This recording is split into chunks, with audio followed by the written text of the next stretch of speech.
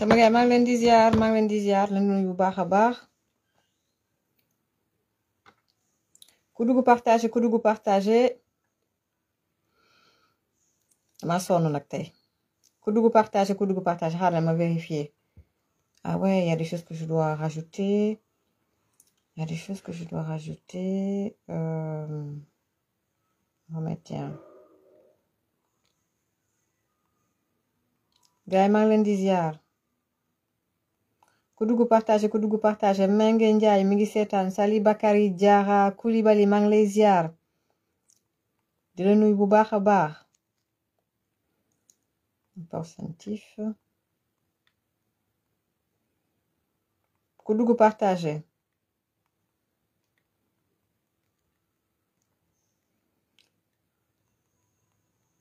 ku dugg partagé.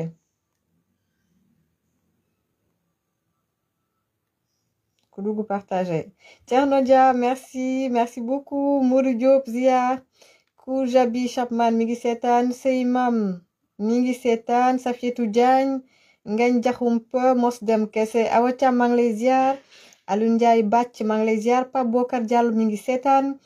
Mamiko Mohamed Rassoul mi ngi seetaan. Amadou Camara Thierno Dia voilà je l'ai dit. jàmm ci yow également Sali Bakary également Daha Dem maa ngi koy nuyu. Awa Fall mi ngi seetaan.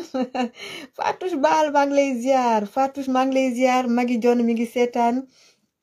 Boursine Diouf maa ngi koy nuyu ana ñoom Irène Gomis ah di leen di nuyu bu baax a baax ah la plus fidèle di ko nuyu bu baax a baax. Donc voilà di leen di nuyu bu baax a baax salam la team big up oui Insatika Diédhiou maintenant on est une team hein, depuis 2016 Aar Suñu République merci beaucoup Aar Suñu République Pape Gueye Fara Mendy maa ngi lay ziar bu baax a baax Sayo Yacine également mi ngi seetaan Aïda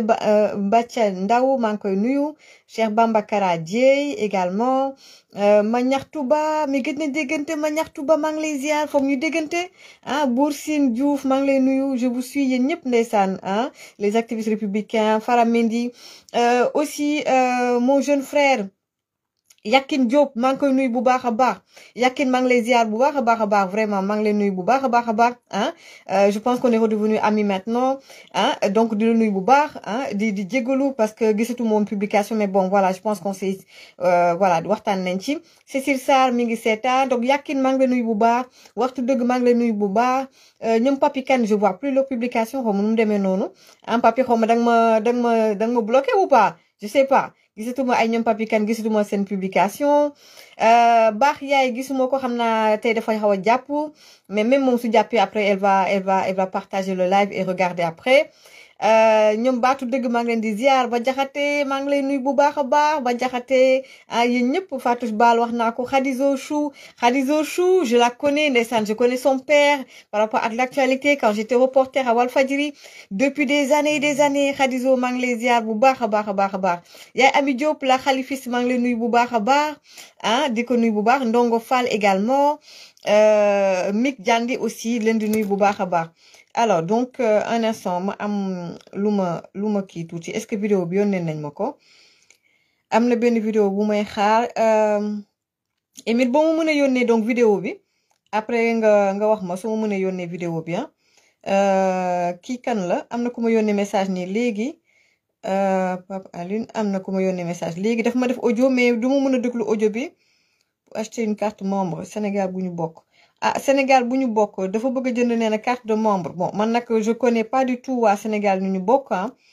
yónnee naa la ko donc je connais pas du tout waa Barthélémy Diaz je le connais pas du tout donc voilà man xawma leen donc mi ngi noonu miinu ma leen daal voilà miinu ma leen peut-être Aïda Soppi waay yónnee naa la ko oui d'accord ok Emile ok si numéro bu bees bi beneen numéro bi la ok c'est bon je mettrai donc la vidéo bu soobee yàlla xaaral ma yónneewaat ko sama bopp fu may defee sama sommaire bi comme ça ce sera plus facile pour moi ku dugg partager voilà Donc gars yi l'ambassadeur Kër Ndiaye Lo merci Khadizo l'ambassadeur l'infatigable Kër Ndiaye Lo Omar Wade ndeysaan très positif mu ngi nekk ci combat bi vraiment yàgg ci combat bi nekk ci à fond la caisse donc di nuyu waa réew mi bu baax a baax Fatounette Mbaye aussi maa ngi koy nuyu Oumy Lay Ndiaye maa ngi leen di nuyu waa réew mi maa ngi leen di nuyu bu baax a baax ak ñi ma woo ci waa réew mi yépp aussi donc voilà maa ngi leen di nuyu bu baax a baax tous les partis politiques waa PDS ñoom Nafi Diallo nag Nafi Diallo foog ma kóol la na sama fans number one gën leen déggante ah ñoom Nafi Diallo les karimistes ah di leen di nuyu ah di nuyu donc waa APR waa kër Thierno Bocoum yéen ñëpp waa kër Pape Djibril Fall ah yéen ñëpp maa ngi leen di nuyu bu baax a baax Alpha Ababacar Ba maa ngi koy nuyu également gars yi tey sommaire bi nii lay demee tey xam nañ ne actualité bi c'est plutôt le réaménagement ou je veux pas dire remaniement, c'est pas un remaniement, juste 2-3 ministres lañ change, je pense 3 ministres. Donc c'est un réajustement ou un réaménagement ministériel. Donc c'est pas du tout un remaniement. Duma ci xuus torop. Gars yu bari ils ont pas compris on va dire la position de Diomaye revirement situation bi même man parce que maa ngi nekkoon sama yeneen yitte démb donc ci ay guddi laa gis donc voilà donc ci laa gis donc information bi et cetera bon comme tous les Sénégalais a priori j'étais un peu waaw lu xew et cetera nampal nañ ma comme nampal nañ ma am na yoo xamante ne c'est entre vous waa Pastef parce que xeex day am foo coy tollu foog nga am tokk stratégie foog nga am tout dugal ay stratégie te man xam naa ne yéen waa Pastef ñu ci bari yow Ousmane Sonko danga may lug bu baax ma xam ko da ngeen may lug bu baax ma xam ko fii la mburu mi xoyomee xam ngeen bu baax man bëriwu ma reli du ngeen may gis yenn site internet yi may reli à part Penda Badji bu Sénégal set ndax xaw ma du ma koy def dama ko rus xale boobu à part loolu du ngeen may gis ci réseau ci site internet yeeg ñoom seen may raj man sama plateforme bi rek laa fi yor dimanche yi rek du ngeen may gis sax may def live yu bari ndax xeex bi li gën a ëpp ci xeex bi live yi ci la bokk waaye xeex bi ci suuf ci la bokk am na yu bari yoo xamante ne ci la bokk ak yeneen yi nga xamante ne ni ñu ngi koy waajal muy metti nag muy metti ñuy tegal ay galgal ngay reculer pour mieux sauter dinañ la yéexal nag man di ngeen ma yéexal waaye billaay fi ma bëgg a yem danaa fa yegg fu ma bëgg a yegg danaa fa yegg incha allah ma fu bëgg a yegg fu ma bëgg a yegg dinaa fa yegg donc man utuma buzz nekk ma di rajo fu ne waaye live yii ñenn ñi ñu ngi ci seen faux compte yi toog ne rajo waa Pastef di ma seetaan ñenn ñi nag kilifa yi dañuy bàyyi ba ma bare ñu ñëw di rajo ni lan la waxati waaw bari wax lan la waxati kaakat bi lan la kaawati tey dañuy rootee fii kon nag am na yu bari yoo xamante ne danga koy wax ñoom ñu xool naka lañ koy jubbantee ak ñoom set parce que je vous donne un exemple ku mel ni Mollah Morgun par exemple ci dossier Sweet Beauté bi am na fu ñu ci tollu woon foo xamante ne yenn information yu doon senn c'était pas normal te comme man j'étais au cœur de l'affaire à un moment donné fallait que ñu xam ci suñu biir kan mooy senn donc dama daan dem di seetaan buñ ma nee diw wax na dara Mollah Morgun ma dem seetaan live bi loo xam ne c'est très rare man mënuma seetaan ay live bu 2 heures 1h30 yooyu mënuma ko man live su may def 1 heure de temps laay def mënuma toog di seetaan ay live bu 1h30 donc damay dem jël sama temps di ko seetaan parce que ñun nu ñu mënee gérer information nga xam ne du lépp ngay wax wala am nga fu ñu koy orienté foo xamante ne dinañ xam kan moo la nampal c'est-à-dire ñi sëkk mbir mi buñ la dégloo dinañ xam kan mooy senn noonu laa def Mollah ba képp ki ñu sennal ndaxte il faut que nga nekk quelqu'un qui est on va dire qui travaille dans les médias ñun loolu la ñu jàngal en fait xam nga information du lépp ngay joxe tu dois protéger ta source y a une manière de donner l'information voilà te réseaux sociaux yi gars yi bari ku nekk tel ci poche la mën nga wax ñëpp di la déglu mais y a une manière de donner l'information pour protéger sa source ak voilà ak yeneen bref moo tax man tey réaménagement bi réajustement ministériel bi am na côté boo xam ne diggante Diomaye ak Sonko duma ci xuus c'est stratégique li ci kanam rawuli bët ubbi leen seeni bët di seetaan lenn de leer na Ousmane Sonko gis ngeen xale yi génnoon naan ñi nga xamante ne ñoom la ñu jàppoon les détenus politiques coow lu bari la ñoom ci seen biir ñuy rayante conférence de presse xawma xale bi Coro Mandela topp kaa ak ñeneen ña coow lu ne kur ñoom ñu génn di marche ba Ousmane Sonko moo nekk ci ginnaaw am na ko ma ko wax sànq mais ñëpp xam nañ ne Ousmane Sonko moo nekk ci ginnaaw gis ngeen temps yëpp ci réseaux sociaux yi surtout TikTok gis ngeen ne waa Pastef ñi nga amee Bassirou Diomaye Faye il tape sur le président c'est Ousmane Sonko qui est derrière te monsieur le président Diomaye je sais que xam nga ndax yaa ngi biir Pastef te xam nga seeni méthode te xam nga méthode sa mbokk muy Ousou Bébé Kounkandé kon yow xam nga ni mooy yónni booy ñuy dal sa kaw ñu lay teg pression nga bàyyi mu set yow monsieur le président Diomaye xam nga ni la très belle jongoma Absa Faye man temps yi dama koo fan moom day def boolewu ci wax di sañse di belli saa su ne yéen waa Pastef ngeen koy xas saa su ne man xaw ma ay mbokkam xaw ma su ko jege waaw waaye jigéen bu ñuy xoqatal man moom laa mënut a supporter intéressé wu moon sax avant mais léegi dama koy luk di ko topp Absa Faye man yow lay topp temps yi Absa Faye sa jongoma lan la Absa Faye man yow lay topp temps yi Absa Faye dafa jongoma ci boppam boo ko xoolee xam ne ko am fulla la ci boppam fondation bi moom muy gulna ndaal Ousou Bébé mu ngi continuer di def la muy def ngeen koy saaga di ko xas yéen waa Pastef mu boole pat ak organisé te kenn du ko teree def lu mu war a def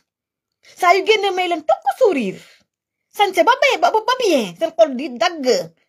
kon nag ñi nekk di xas ak di saaga première dame Absa Faye mais mais Ousmane Sonko moo leen yónni ñu ci bari c'est des gens de Ousmane Sonko c'est des activistes de Sonko moo leen yónni te monsieur le président yow xam nga ko nga toog bàyyi mu sedd kon nag lii yëpp ma wax nga toog di seetaan bàyyi mu sedd kon du ma ci xuus leen di ma seetaan daal sama gars yi fu xeex bi toll nii je sais que ne affaire bi metti na leen lool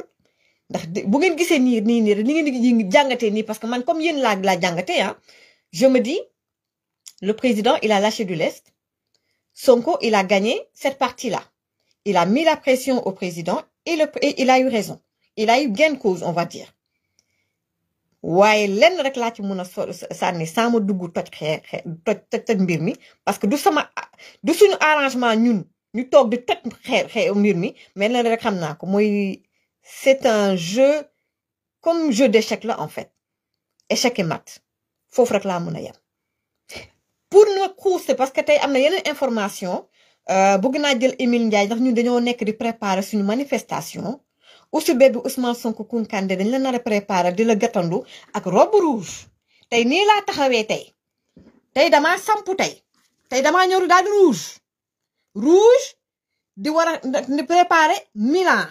rouge war a nag ñu préparer le 13 face à face ak Ousou Bébé alias Kounkandé Ousmane Sonko borom Sweet Beauté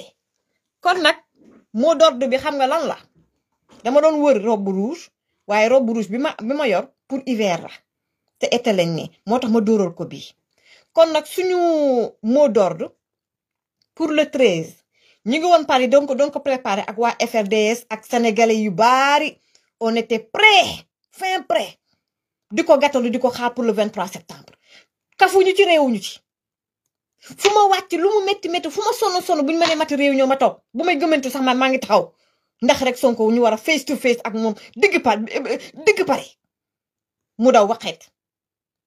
sama xol jeex na tàkk waaye nag ñoo nga lay koji Milan kon nag mot d'ordre bi dinañ ci waxtaan su ma soñoon gars yi na ngeen def robe rouge ñii dañoo def seen t-shirt yu rouge mais mot d'ordre bi na nekk rouge daal ndax moom rabam rouge lay bañ ñu rouge bu leen fàtte bool ya tëggum bool ya nee nañ ma chinois yi am nañ bool yu silwise yu ñuy jaay nañ ca indi paan tëggum bool ya buñ ci wàcce nag ndax Europe lañu am na sama benn xarit wax na ma ko c'est important on est en Europe comme on est en Europe pancarte ya problème ya am Sénégal liberté de la presse bu ñu salfaañee suñu activistes yi seeni tur ñëpp ñu bind ko ils sont pris en otage muy Lat Diop muy mon ami et mon frère Badara Gadiaga muy kanati muy également Abdou Nguer Lat Diop suñu frère un real Lat Diop politicien boo xamante ne niruwul ak politicien yu bari dëggal boppam lu mu wax am conviction ñu ne ko ràpp ca kaso ba des hommes d'affaires ñi nga xamante ne tey Sénégal daf leen soxla naa ñëw ci moom muy Khadim Ba ay ñoom Tahirou Sarr ay ñoom Samuel Sarr loolu la ñuy dóor suñu pancarte yi tey ji inondation ya nekk Sénégal problème économique ya ñuy jànkonteel ndax benn nit notre super puissant premier ministre Ousmane Sonko Kounkandé Ousou Bébé kon nag pancarte dina taxaw pour la presse internationale pour italiens yi également mais tamit bu ñu fàtte fa ñu jóge robe rouge yeeg yu rouge yi dafay daal di takkarnaase ak tamit tëggum mbool ga kon nag Ousmane Sonko Ousou Bébé ñu ngi lay xaar bu baax de pied ferme lu ngeen bax ñu ngeer ko ndax xam ngeen ne Italie lu tax tey mu dellu ginnaaw Paris ndax Paris ñu ne dañoo am carnet d'adresse muy FRDS tey ji suñu président ak ñeneen dañoo am carnet d'adresse rek fii Paris nag c'est Paris ay intellectuels ñoo fa ne waaye tey xar yu bari ñu nekk comme les moutons de Pastef yi ngeen di wax Sénégal mouton yu gën a pire ya nekk Italie xamuñu dara waa Pastef laa wax de xamuñu dara c'est des moutons de Sonko moo tax mu daal di toxal mbir mi yóbbu ko Italie foofu nag ay kooba lañu ñooñu bañuñ dara ñun tam bañuñ ci dara kon nag Émile wax leen autorité italienne yi ne ñoom duñu daw te ñun tamit duñu daw Ousmane Sonko da nga war a xam ni ñoom duñu daw te ñun duñu daw Europe lañ nekk nag man da jigéen laa te damaa néew doole waaye nag sama làmmiñ laa am ak sama fit laa am danaa ñëw par force jàkkaarloo ak yow Ousou Bébé lu ma am jël ku ma jigéen nag fii Europe ku ñu fi def yenn yi ñun dafa am luñ toogaale nag yenn yi moom duñ ko nangu bu ngeen ci du naree dugal ci yenn yi ñun nekk jigéen te dëkk fii depuis des années et des années Ousou Bébé nañ indi la coow àdduna kon nag damaa takku ba dëgër takku ba mel ni takku say wala takku kenkeli ba di la xaar Ousmane Sonko nañ ñëpp lagg daw fekk ji ko Italie ñu ngi lay koji ji Italie doo ñu rëcce noonu moo doon de moom mooy képp koo xamante ne yow vrai patriote nga waxuma nag kooba yi bouton yi mais vrai patriote tu es là pour la République du Sénégal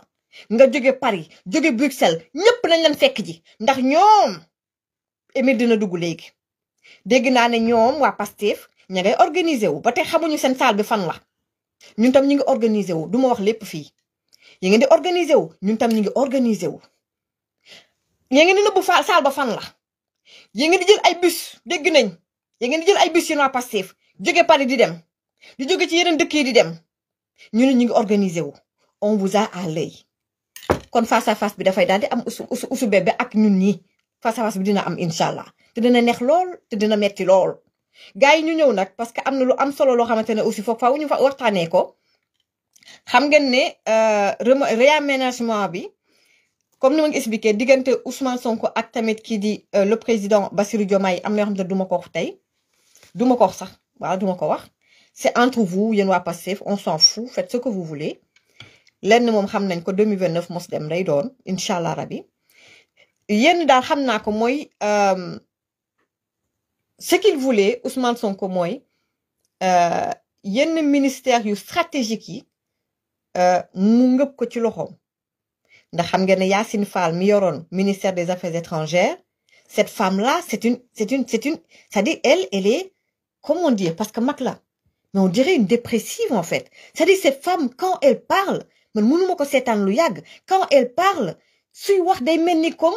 kuy waaj a daanu rab suy wax day xulli bët yi le débit saccadé comme une dépressive cette femme là elle est barjo elle est partie cette femme là wax ji dëgër xadar bi à son âge femme bi rek la wul comme une dépressive cette Yacine Fall là il est pas normal xool leen affaires étrangères defu fa dara la plus nulle des ministres des affaires étrangères moom lañ jël yóbbu ko justice nga xam ne kookee day toog ca photo yam waaye la muy def ak lépp ce sera dicté par Ousmane Sonko jëmm jaa fa nekk waaye Ousmane Sonko mooy diriger ministère boobu kon loolu leer na ñu ne kanati ñu ne maître Bamba Cissé ma consoeur là que je respecte beaucoup muy Maïmouna Ndour Faye wax na ci Maïmouna Ndour Faye dama gis vidéo bi ma ne elle a parlé pour moi maître Bamba Cissé évolution suñu kanam la maître Bamba Cissé ñun bañ daan dem bloc de Madeleine boobu xale bu ndaw la ndeysaan jeune avocat maître Bamba Cissé dañ daan fekkante sur le terrain nii tribunal mu nekk ndeysaan jeune avocat ambitieux ndeysaan set ci boppam intellectuel ndeysaan mais nit ku yaru nit ku courtois maître Bamba Cissé kenn xàmmetu la ministre de l'intérieur maître Bamba Cissé am na ku ma woo sànq ne ma waa ci renseignement yi laa leen bëgg a cofal tuuti rek parce que les renseignements généraux parce que xam nga fii laa leen wax ne leen il y a quelques mois ne leen lu doon dagg xolu Ousmane Sonko avant mu doon génn sortie boobu mu def sortie bu catastrophique boobu ah di pël ak tamit président ah naan ko moto autorité waaw xam nga di ko kii daal di ko kaañoo daal parce que xol bi jeex moom c'est comme une victime ku nekk jóg di ko saaga waaye ngeen fàttaliku jàkkaarloo sortem boobu si laa leen wax ni leen conseil de sécurité xam du fa woon lu bari il n'est plus au courant léegi nag defe na ne bu yore justice yore ministère de l'intérieur les renseignements dara c'est-à-dire dafay jël Sénégal moom ca poche am waaw ok en amont c'est vrai tey jii mettre nga la pression au président tey jii li nga bëggoon yépp jox nañ la ko Ousmane Sonko Assemblée nationale nga bëggoon jox nañ la ko avant loolu présidence nga bëggoon yow moo bokkoo waxoon naa la ne la doo bokk 2024 bokkoo Diomaye moo nekk président Pastef moo nekk au pouvoir législatif ngeen jël lépp loo demande rek jox nañ la ko nga nekk super premier ministre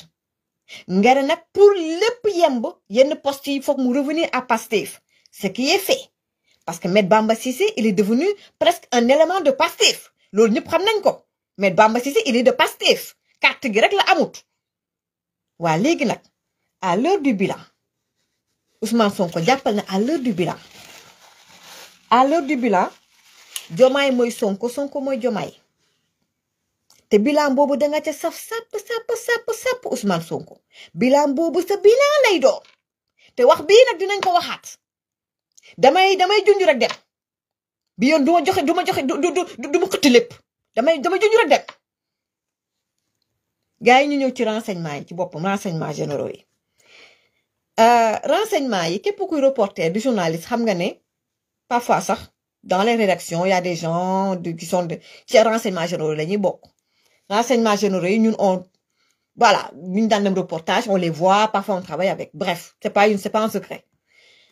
renseignement yi nag il y a différentes catégories sànq am naa ci ku ma waxtaanal effectivement j'ai discuté avec quelqu'un d'autre ma gën a approfondir Ousmane Sonko ñeneen ñi de seen inquiétude moom mooy maître Bamba Cissé ministre de l'intérieur am na yenn renseignement yoo xamante ne nii war na informer premier ministre Ousmane Sonko war a informer président Diomaye am na yenn information yoo xamante ne ni mun na informer directement aussi le président Diomaye wax ji nag moom mooy parce que yow xam nga ne la teg foofu ca poste boobu Ousmane Sonko la yow maître Bamba est-ce que maître Bamba Cissé tu vas rester parce que on va se tutoyer maak yow dara mosta ñaaw on se connaît yàgg nañu waxtaan messenger yàgg na depuis ma démarré samay live c'est politique moo doy waar rek mais man dama la respecté jox la cër mais kenn xametu la kon yow maître Bamba Cissé xam nga tu es devenu ministre tu travailles pour la République est-ce que di nga jël renseignement yi jox ko président directement wala nga jox renseignement yi sa premier ministre ba pare jox ko directement président directement wala da nga nar a tëb président jox Ousmane Sonko mi nga xam ne moom ngay jaamu question la wala ndax da nga segg renseignement yi parce que fa nga toog danga fa nekk war fa liggéeyal Ousmane Sonko that is the question loolu mooy coow bi Diomaye loolu aussi war na toog sa nopp ndax moom à son niveau information yi ñu koy jox moom Me Bamba Cissé ministre de l'intérieur ndax lépp dina yegg ci yow wala ndax dafa nar a toog dara liggéeyal Ousmane Sonko waaye da leen leer na état la ñu wax te état au niveau des renseignements toqal nañ ma ne nañ am nañu délégation nationale au renseignement DNR wala DNR délégation nationale au renseignement délégation nationale au renseignement yi la bokk ñoom ils rendent compte directement au président Diomaye sans passer par Sonko mu am lu ñu naan direction générale du renseignement extérieur ak direction générale du renseignement intérieur ñii dañuy rendre compte directement au président Sonko li yow laay waxal tega sa chaise nga ñëw toog ñu ne aussi am na direction de la surveillance du territoire kooku nag ministère de l'intérieur moo koy gérer yow Me Bamba Cissé moo tax ma koy bennal nii sénégalais ngeen témoin léegi nag mu am aussi les services techniques moom mooy les écoutes et cetera te loolu biir présidence la nekk donc président directement ñoom la ñuy rendre compte sans passer par Ousmane Sonko kon état dafa nekk lu doy waar Ousmane Sonko li ci kanam rawali bët foofu rek laa yem ci seen réajustement ministériel li ci bi des nag yéeni neen la reyante leen recompte leen stratégie leen yéen a xam 2029 na ngeen abale bu loolu weesoo foofu laay cabaxal rek daal di jàll ci leneen mooy seetlu ngeen ne Ousmane Sonko coowal Mohamed Dieng mi nga xam ne moom moo accusé Lat Diop Mohamed Dieng yow wax dëgg neex yàlla defe naa ne sa taxawaay ak ni nga comporté wa man miinuma la xaw ma la je veux même pas te connaître parce que ni nga doxalee mooy wane ne ku t'es un petit type je suis désolée de le dire comme ça parce que Lat Diop tey defe naa lii ñu ko def nii tey bu fekkoon ne tey dañu ne sax mais vraiment c'est pas parce que ñun on le connaît et cetera mais tey bu fekkoon ne LONASE am na lu mu fa def lu wéng sax ñu ne waaw mais ak lu munti wax moom Mohamed Dieng am na ñu koy waxal nag ñu koy jéem a voilà il a pas fait ça mais dañ la utiliser pour mën a jot ci Lat Diop dañ la utiliser pour mën a jot ci Lat Diop yow it mu arrangé la tey nag Mohamed Dieng tu es dans la sauce Mohamed Dieng PV ya dafa génn PV scientifique dafa génn ñu gis tout de suite je l'ai vu dans l'Observateur xaw ma ban journal Ousmane Sonko naan dañu war a def de telle sorte que yenn PV yi bu mu di fuité te yow ci jamonoy dossier Sweet Beauté mais yéen PV yi ci yéen la daan njëkkee waa Pastef ci yow la daan njëkkee di PV yi yow fii la ñu jàpp Farba Ngom PV ya génnul ñoom ma jàmba ay autres audition yi PV yi génnul pourquoi PV Mohamed Dieng yi génn pourquoi Mohamed Dieng mi nga xam ne day financé waa Pastef am na ñu muy financé ci seen biir loolu lañ ma nampal Mohamed Dieng am na ñu nekk biir Pastef ñoo xamante ne moo leen di financé moo tax mu bëri ñu koy défendre biir Pastef Mohamed Dieng day jàppale parti Pastef est-ce que yi ngeen may fiil Mohamed Dieng dafa def nii ak Ousmane Sonko am ngeen yi li leen lié Mohamed Dieng ak Ousmane Sonko am na lu leen lié kon lu tax PV yi génn kon bu Ousmane Sonko génnee ci journal wax ne PV yi waratu génn est-ce que c'est pour une manière de défendre Mohamed Dieng parce que PV waru woon génn et de dire aussi à Mohamed Dieng que ni man sama yoon nekku ca c'est pas moi en tout cas li ci kanam rawuli bët gars yi ñu ñëw ci toujours li nga xam ne il veut faire benn mainmise moom la bëgg a am moom Ousmane Sonko sur la justice parce que son ambition mooy 2029 képp koo xamante ne yaa ngi nekk ci chemin war ko yàqal mu faagaagal la Barthélémy Diaz nu mu def ba mun ko éliminer il va le faire APR ñi ko fu mën a sonal mu éliminer leen su ko sañoon moom yéeneem sax moom mooy dissoudre APR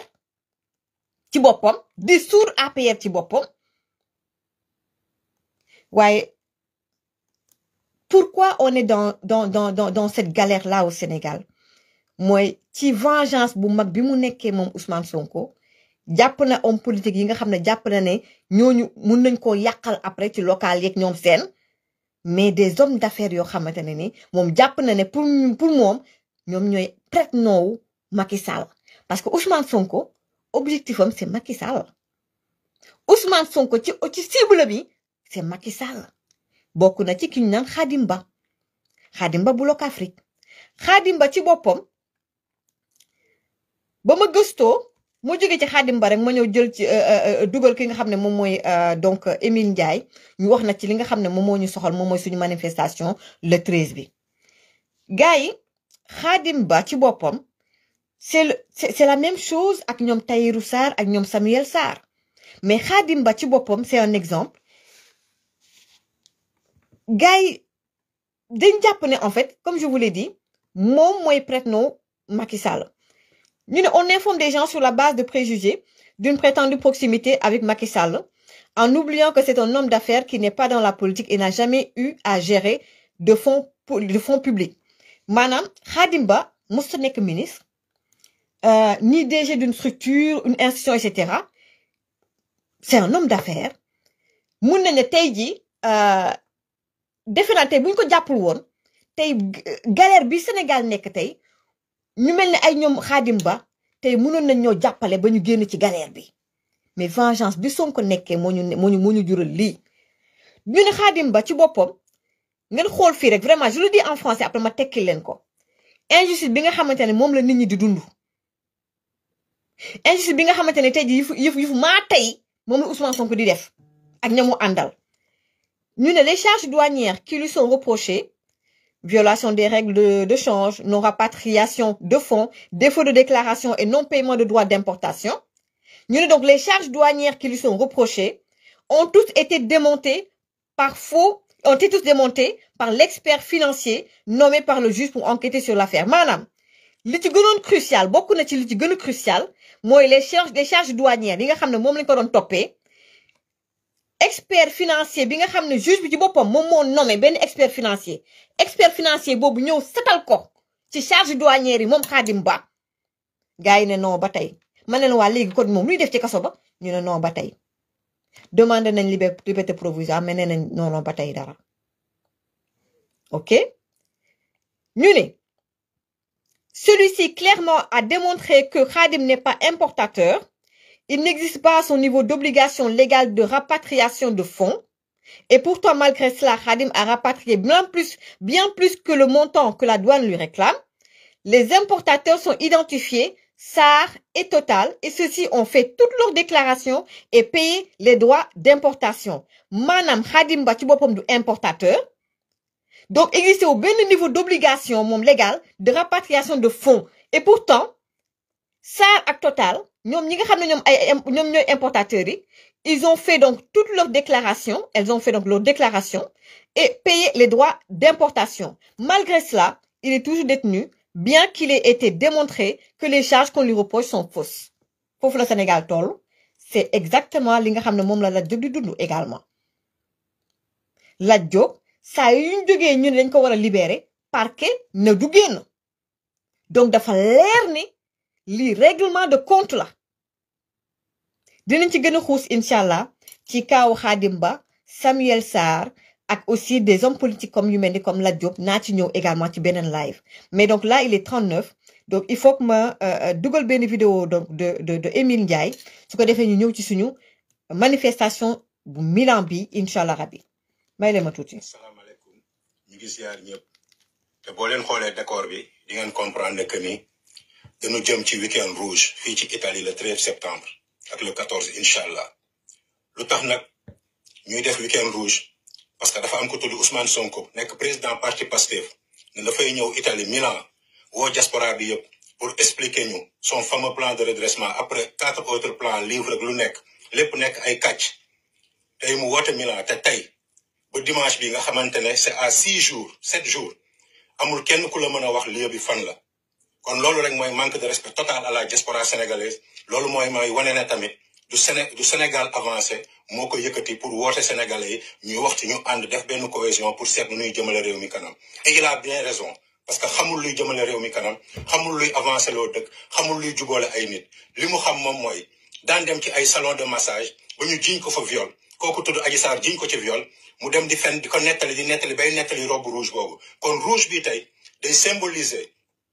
justice bi nu war a andiwaat pour leeral kaawu viol boobu justice bi nu andiwaat surtout pour 80 xale yi ci dee nekk ay sénégalais gëm seen réew dee ci ay fen Ousmane Sonko kon le 13 ñu ngi woo ñëpp pour la justice équitable pour tous ces morts toutes ces victimes nga xamante ne li ko mën a dindi moom li ko mën a faj moom mooy ñu abroger loi wu amnistie bi fi nekkoon ndax ñoom ñoo ko diggaale woon ñoo ko diggee woon kon war nañ ko mën a def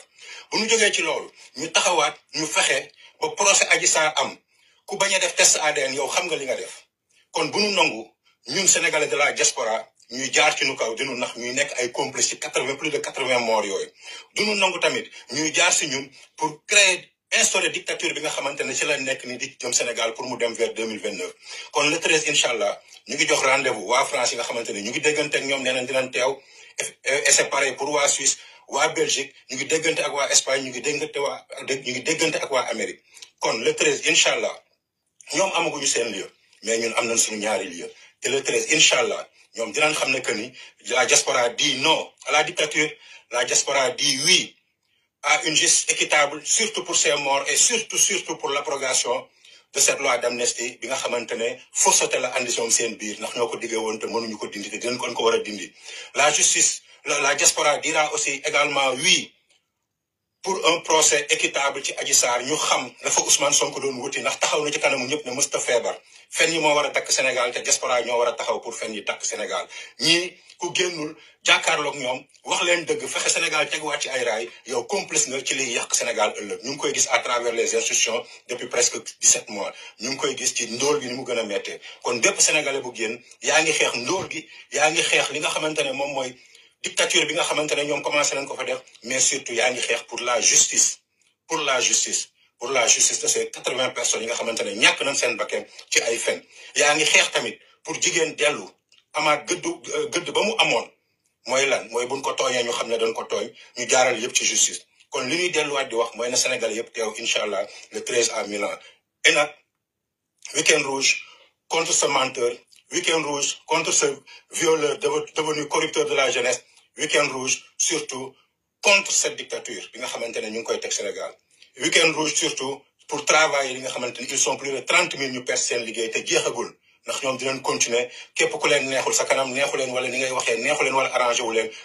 ñu tàq la gis ngeen ko démb nañ ko def ak yenn ministres yi nga xamante ne ñu ngi doon continuer di jéem a amaat tuuti dignité bi desoon ci ñoom parce que ànd ak Pastef bokk Pastef moom mooy bedd dignité mooy bedd vérité mooy ànd ak fen ak sos te ànd ak fen ak sos koo xamante ne ñor na la moom mooy lu baax ñoru la mooy loo xamante ne day jëmale réew mi kanam ñoru la mooy loo xamante ne lépp lu yàlla tere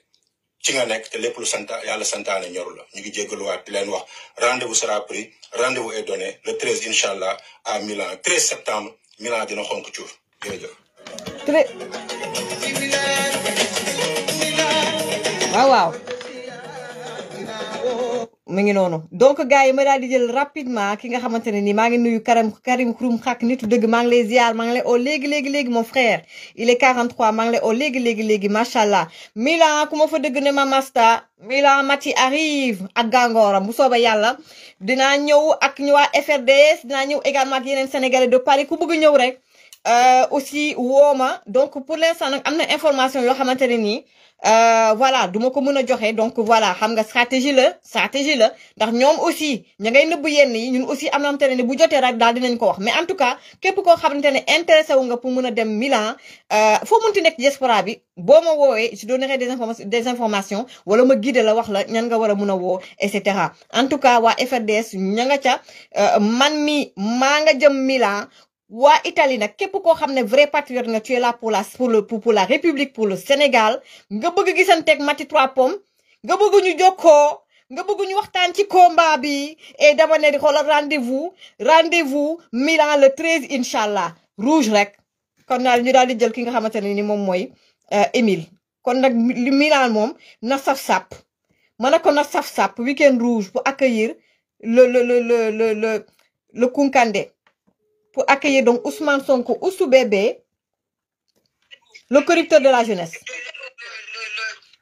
ma bàyyi la nga diminuer donc le live maa ngi lay déglu maa ngi lay ziar bu baax Émile na saf-sap gaa yaa ngi commenté nee nañ na saf-sap ñu ngi lay ziar di ziar gaay yëpp dana leen saf dafa mais Milan lay sàppe ah mu ne dégguma saf dafa démarré Sénégal mais Milan lay sàppe waaw kay après ñu sàppaaral ko waaw kay kon nag ginnaaw bi ma la nuyoo maa ngi lay féliciter ci vidéo parce que wax nga lépp en fait bon bien que man maa ngi door a gis ni vidéo bi je découvre en même temps que followers yi bon am na benn aspect boo xamante ne nii sax voilà dinañ ci gën a waxtaan mais je pense que le plus important moo instant bi moom mooy problème économique yi Sénégal di jànkonteel liberté de la presse mooy les détenus politiques liberté d'expression bi nga xam ne moom lañu salfaañee ainsi de suite problème économique surtout yi nga xam ne moom la ñuy jànkonteel avec des hommes d'affaires yi nga xamante ne ñoom mun nañ ne tey ji ñu téye leen ci kaso bi du njëriñu Sénégal defe naa loolu sax moom la ñu gën a war a mettre en avant voilà en tout cas rafetlu naa bu baax a baax sa vidéo bi. waaw mais boo xoolee bi ne dictature loolu yëpp lay englobé. voilà moo tax sax man ci ñoom Khadim Ba bi ngay wax nii. laa bëggoon démarrer. waaw parce que sénégalais comprendre ñu benn affaire. képp ku nekk milliardaire. wala nga nekk patron de presse. Pastef dina la jéem a dugal ci kaso bi. parce que ñoom noonu lañ jaaree woon pour mën a am nguur ñi ay milliardaires yu leen doon jox xaalis. ak ay patron de presse yu ànd ak ñoom. noonu lañ naxee askan bi. léegi nag boo defee sa stratégie. da nga naan stratégie bi kenn waratu ko utiliser pour yegg fi ma yegg. képp ku nekk milliardaire na nga def attention. te waxoon nañ ko ci sa benn live au début. bi gars yi di soog a yegg ma ne la. ndoolal réew mi la ñuy bëgg pour mën a am dictature ndax kuy wuti lu mu lekk du tal naan diw baax naag diw baaxul lu tax defu fi lii looy lekk ngay tal xam nga dañ lay réduire à l'état animal dootoo mën a am temps pour réfléchir wala dara mais nag comme yàlla dimbale nañu le 13 pancarte yi yooyoo ciy nekk parce que boo junjee rek lu ëpp 30 000 nit yu nu dàq rek yaa ngi wax ci ndóol waaw boo waxee dictature rek wax nga ñoom Lat Diop wax nga ñoom Farba wax nga ñoom Khadim Ba ñoom Samuel Sarr wax nga ñoom Abdou Nguer wax nga ñoom Badara Diakhaté wax nga képp koo xamante ne républicain la Badara Gadiaga autant pour moi républicain la patriote la gëm réew mi bëgg réew mi te bëgg lépp luy nekk ci réew mi nekk lu baax luy avancer loo réew mi ñooñu nag la ñuy tànn di leen noot di leen tëj ak di yàq seen ay activités mais la diaspora sénégalaise d'Europe à travers yow à travers ñun ak ñeneen ñi nga xamante ne ñu ngi ci diaspora bi ñoom Cheikh Sall ñoom Grand Ogué ñoom Mahine Fatou Mahine ñëpp mënuma lim ñëpp parce que bu ñu doon lim tey yaakaar naa ñuy def ay heure ñëpp ñu ngi leen di jox rendez-vous fii ci Milan pour xam ne que ni Ousmane Sonko que ni Milan du nekk porte d'entrée boo xamante ne bu ragalee France fii lay ñëw parce que ñu ngi waxanteeg tamit ay ñoo xamante ne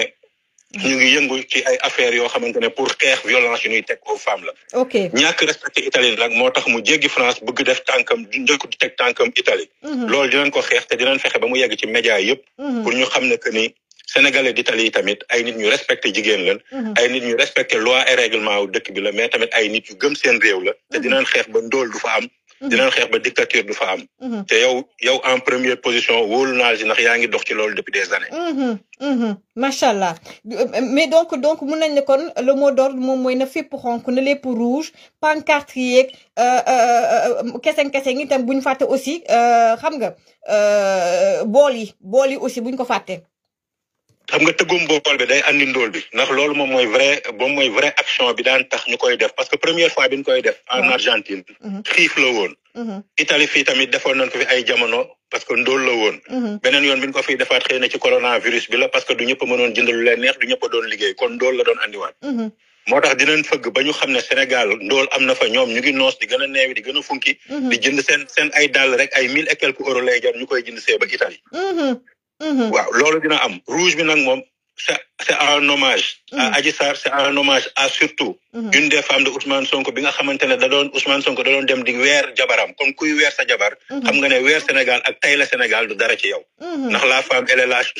est la personne la plus sacrée ndax moom ngay wéetal moom ngay wax say soxla bu guddi jotee moom ngay waxanteel li nga xamante ne mooy say bëgg-bëgg ak say gëm-gëm kon kuy dem bay génne loolu sur la place publique xamal ne kooku réew mi ñorul la ku réew mi ñorul nag bépp sénégalais bu nekk Italie bu nekk diaspora bi war nga taxaw jàkkaarloo kooku parce que ñun ba ñuy génn suñu dëkk c'est pas pour dem suñu yoon changer nationalité wala dem dootuñu dellu si sénégalais boo gis toujours xelam mooy delluwaat Sénégal def fa dara wala nekkaat fa ci jàmm ak njabootam kon pour un meilleur devenir kon meilleur devenir boobu dañu war a fexe mu dellu Sénégal waruñu nangu nii kon ne di ko yàq macha Milan allah dina xonk cur képp kuy ñëw nag moo door moom mooy na nga sol lu rouge lépp ça sera encadré parce que ay personnes yu responsable la ñuy xaar ñuy jóge ci diaspora bi may waxaat benn affaire Mati ñoom amuñu lieu comme li nga wax rek ñun am nañ suñu ñaari lieu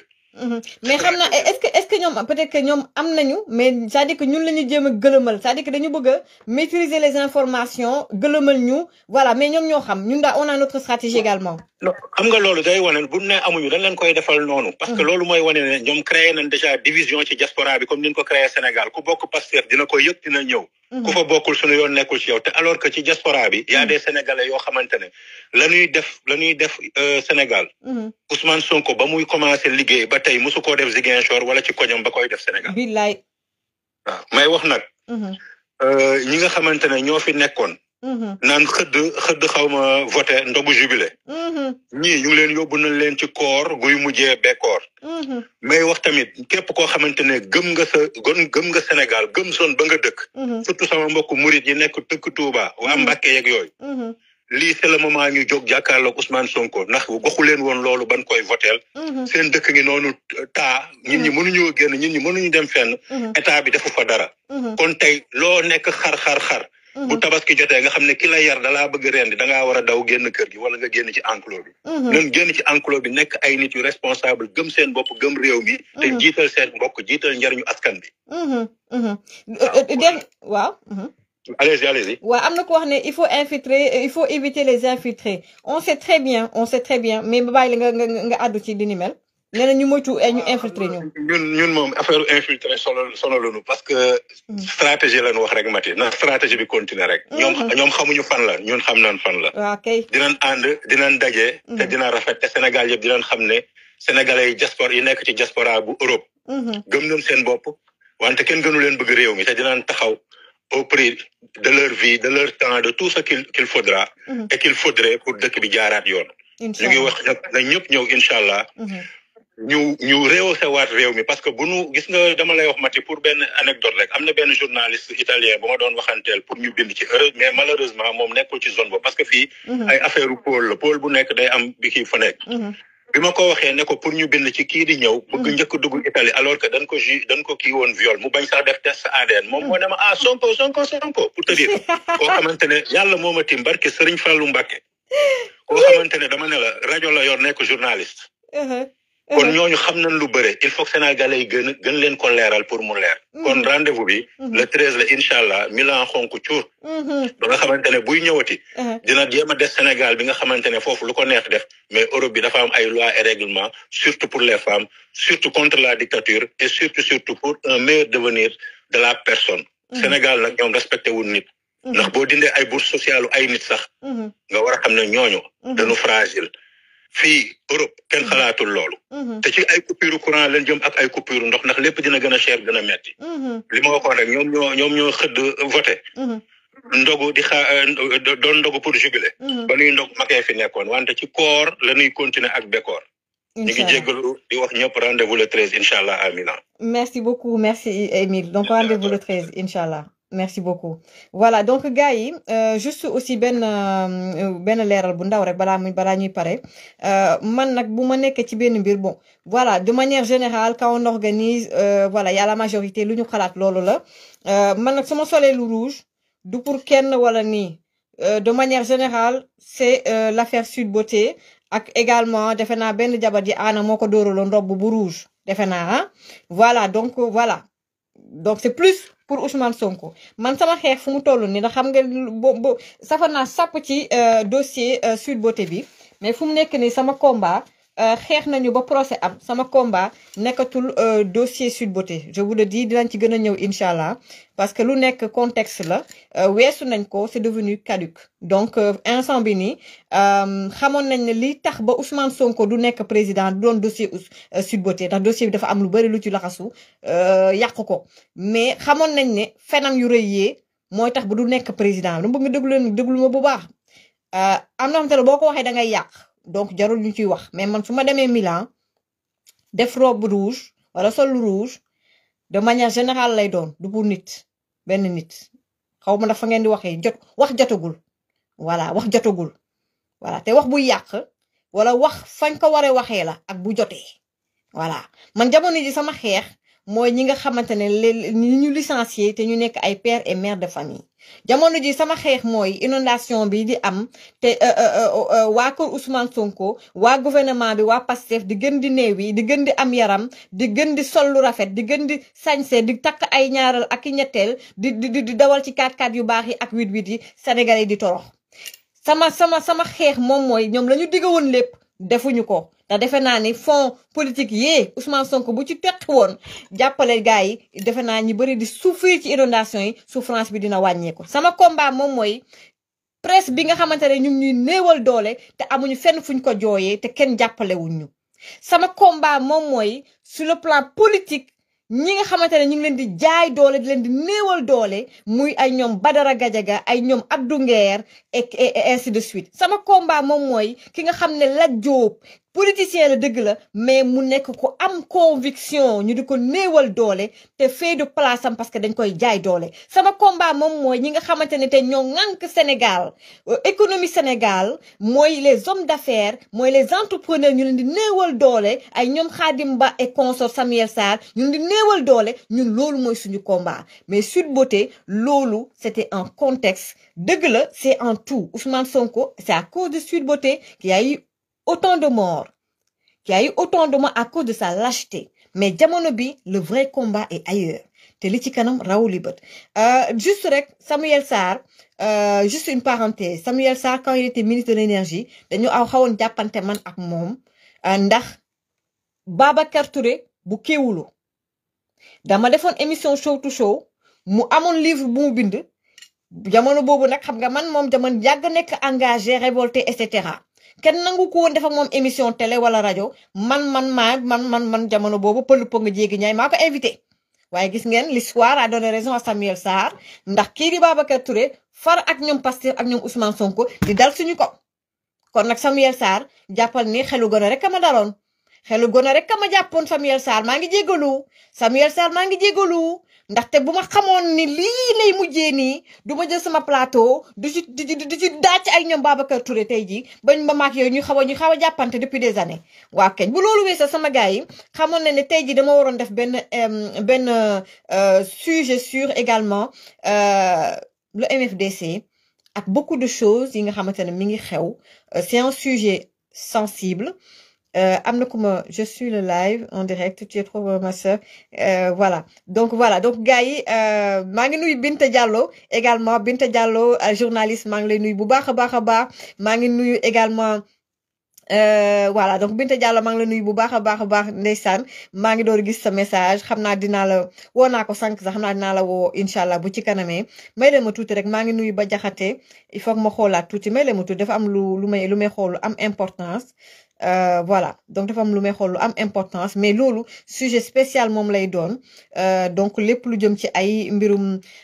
Amidou Djiba xam nga ay mbirum Atout Badiane dinañ ci ñëw bu baax a baax le sujet est tellement important c'est tellement important de parler sur ça et c'est un sujet